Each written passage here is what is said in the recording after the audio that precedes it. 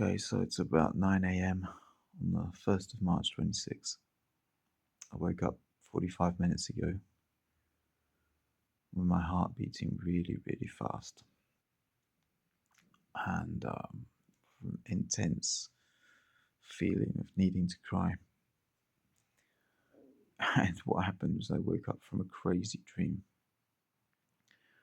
Now, a week ago, I had to decide to get someone out of my life, but she's got two kids and I got quite attached to them.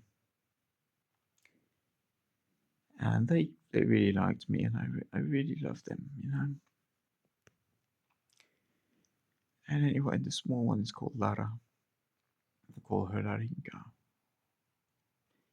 and she's so lovely. The the son David he's really really cute and really nice. Also, I love him too. Anyway, so the dream was this. It was really crazy stuff. I don't know where I was exactly, but it was some kind of wooden house on several levels by a river in maybe Latin America or something like this. And I had some friends or colleagues, and colleagues of what job, I don't know, in this house. We were like just there. There was quite a few people, maybe 10 people. And there were these strings on the river and this miniature boat. And you could go down, you could go along these strings if you pulled on these things, because there was a strong current going up and you needed these things to circulate or something. I don't know, it's very weird. And I got on one of these little boats and I went down, and there was at one point by the shore there was this little speed boat, but bigger boat than mine, with two mercenaries, and they had like heavy firepower, lots of machine guns and things. And I remember one heavy machine gun, not your standard handheld assault machine gun, something a bit above that.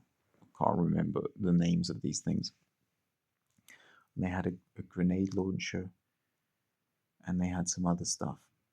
I can't remember what. And they were coming for Larinka. They wanted to kidnap her.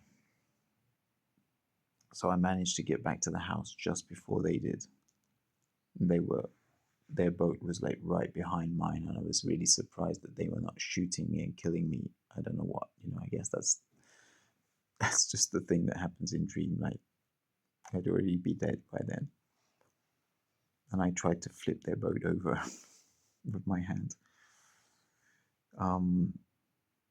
Anyway, I get to the house just before they did, and I managed to tell somebody in the house, one of my friends. I tell them, look, you get Larinka and you go and hide her, or you evacuate her from the house through a different path, because these two guys are coming for her. And the person wasn't taking me seriously and was like, oh, I told the person again 3 more times, firmly but calmly, you need to listen to me. These guys are coming to kidnap Larinka, and you need to go now and get her out of here. I was a little bit annoyed that I had to repeat it to them many times, but I wasn't going to freak out and scream. I just repeated it very firmly, held them by the shoulders, and then like grabbed them and just like, you need to listen now. So then they got it, and this person went and took Larinka. And I stayed behind to try and delay these guys. I didn't have any weapons with me at this stage. Nothing. And people were all starting to hide inside the house or wherever they could. There's lots of levels on this house, 3 or 4 levels, and different stairways and things.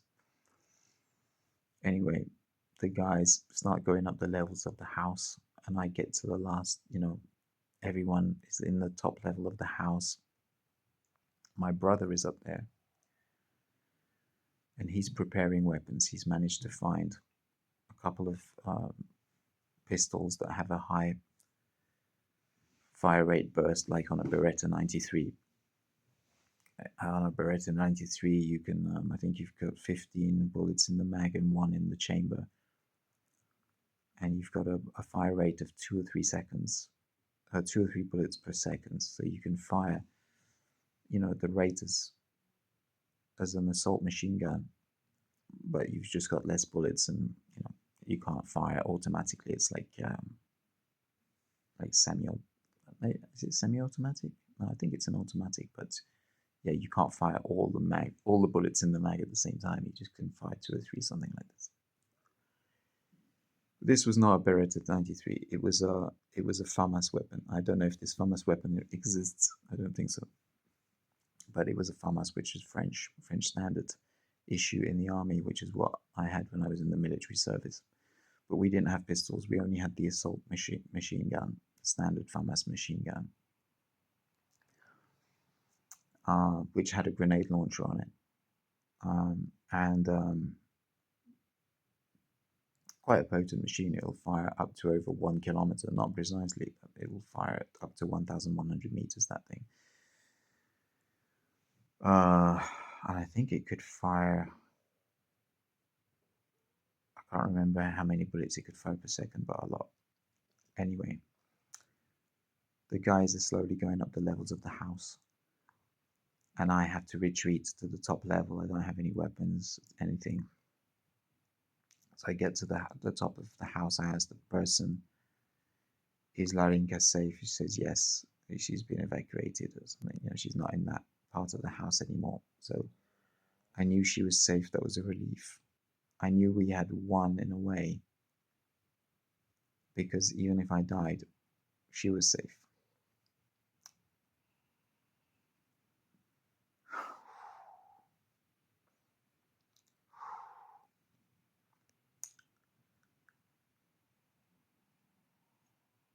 And so maybe we were going to die slowing them down, but it didn't matter.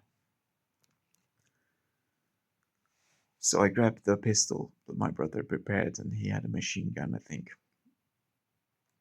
And the guys are below us on the level before, and they're just about to come up the stairs. And they're making some other people come up to try and cause some kind of diversion or something. Some civilians without weapons. I let one of the guys up, and then I'm on the floor lying down, and I'm going down the stairs a bit with my head, and I'm looking through the gaps in the stairs and in the steps, and I see both of them there, and I take the pistol and I manage to put it above one of the guys, not very far above him, and I shoot him through the neck. A burst of 3 bullets. The guy instantly dies and collapses backwards onto the other guy who's holding him from behind, and then steps back to move him back. And at this point, my heart rate was so high from stress and fear that I knew I wasn't in a state to deal with the second guy. So I was like, in my mind, it was clear my brother would have to deal with the second guy with the machine gun. And I knew the battle was not over. I knew that we could still die from this because we hadn't killed the second guy yet. But that's when I woke up, because it was too much. So I don't know if we managed to kill the other guy. I would say we had good chances of getting the other guy. I think my brother would have managed to get him with the machine gun. But that's when I woke up and my heart was beating, and I was like, what the hell was that? And then I just remembered I just had a dream about mercenaries wanting to kidnap Larinka in the jungle, and I was there with guns and I killed someone, and I was like, whoa, this is intense stuff. And as I woke up, I felt like a really intense need to cry. And the crying, I was like, what is this about? Because I didn't understand why I wanted to cry, I felt like I was missing Larinka a lot.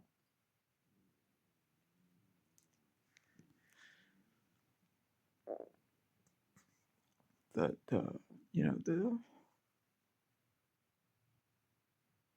the worry of these people wanting to take her.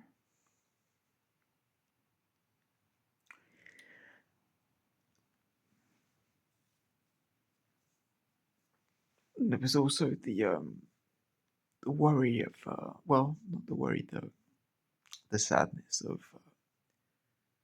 not seeing, of having to end what I ended a week ago and still not believing what she did. Still just like my brain is still going like, how could she do this? It's like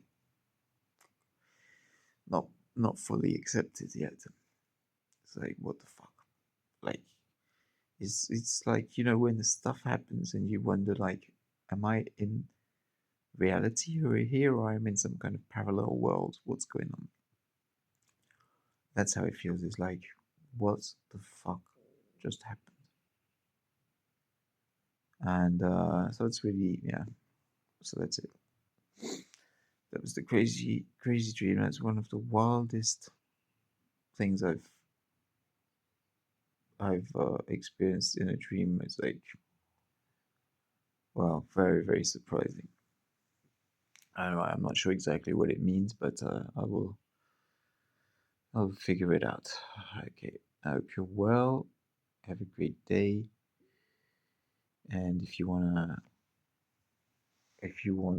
I don't normally make videos about dreams, but if you want more, information about all sorts of things on psychedelics and things like that, and good advice how to work with them, how to work on yourself with them, things like that, then just subscribe to the blog or to the YouTube channel. Take care. Have a good